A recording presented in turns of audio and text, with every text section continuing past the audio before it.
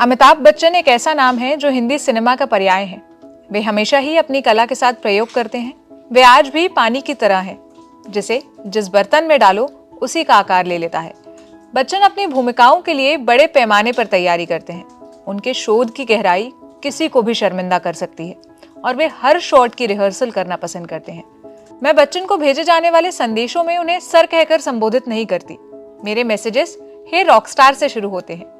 उनके 80वें जन्मदिन पर मैं यही कहूंगी, हे रॉकस्टार, हमारी हैट्रिक अभी बाकी है। तापसी पन्नू, पिंक और बदला में बच्चन साहब के साथ काम करने वाली। मैं किसी 80 साल के दूसरे को नहीं जानता जो कौन बनेगा करोड़पति जैसे जटिल, विस्तृत और रफ्तार वाले शो की रिकॉर्डिंग की मेहनत से गुजरता हो। उनकी सेहत चाहे जैसी हो, लंबे घंटों तक काम से थकान हो, लोकप्रिय शख्सियत होने का तनाव और दबाव हो, लेकिन जैसे ही अमिताभ बच्चन उस जोन में प्रवेश करते हैं, सब हवा हो जाता है। वे लगातार हर रोज सेट पर 12 से 14 घंटे रहते हैं। हर रोज औसतन 90 मिनट के 2 एपिसोड तैयार कराते हैं। वे दर्शकों और कंटेस्टेंट दोनों से अनूठा संबंध कायम कर लेते हैं और एक कोरे नॉलेज गेम के जरिए मानवीय कहानियां निकालते हैं।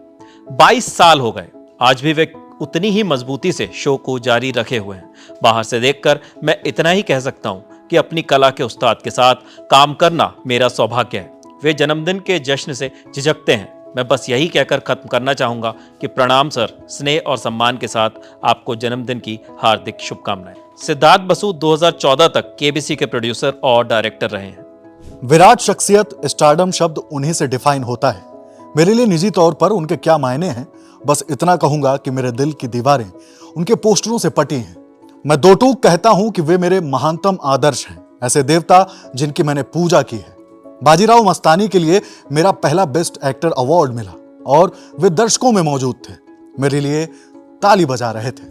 मैं फिल्म जगत के उन बहुत थोड़े लोगों में था जो इस नौजवान अभिनेता की जबरदस्त प्रतिभा को देख और सराह सके, यहां तक कि तब भी जब उनकी फिल्में अच्छा नहीं कर रही थी। रास्ते का पत्थर 1972 फ्लॉप फिल्म थी। मुझे लगता है कि उसके प्रोड्यूसर के अलावा अकेला मैं रहा होऊंगा जिसने 3 बार देखी, मगर मैंने देखा कि अमिताभ बच्चन ने जबरदस्त काम किया था। यहां तक कि परवाना जो कि 1971 में आई और महमूद की गरम मसाला जो कि 1972 में भी, जिसमें उन्होंने रॉबर्ट टेलर नाम के कॉमिक किरदार के तौर पर मेहमान की भूमिका की थी। उनका काम तारीफ के काबिल था। मुझे लगा कि बस एक ही चीज उनके खिलाफ जा रही थी और वह थी खराब स्क्रिप्ट और खराब निर्देशन। बच्चन को जंजीर 1973 में लेने के लिए प्रकाश मेहरा को मनाने में कुछ वक्त लगा, क्योंकि वे काम के अभिनेता की तलाश में थे। फिल्म बनाने के दौरान मुझे याद है जब मेहरा ने कहा, जावेद इसकी सिफारिश करने के लिए शुक्रिया, क्योंकि मैं इस एक्टर के बगैर फिल्म बनाने की कल्पना नहीं कर सकता। स्क्रिप्ट में मेहरा जितना गहरा विश्वास करते थे उसके प्रति मेरे मन में बड़ा सम्मान है, क्योंकि तब तक हर काम के अभिनेता ने वह भूमिका निभाने से इनकार कर दिया था, पर उन्होंने उसे छोड़ा नहीं। किस्मत की बात है, वरना अमिताभ को वह मौका नहीं मिलता। जंजीर आगे चलकर गोल्डन जुबली हिट हुई और अमिताभ बच्चन के उदय का सूत्रपात किया। सलीम खान और मैंने 22 फिल्में लिखी और इनमें से 11 में अमिताभ बच्चन थे। उन्होंने कभी कोई एक शब्द नहीं बदला। हमें भाषा की बारीकियां उन्हें समझानी नहीं पड़ती थी, उन्हें पता होती थी।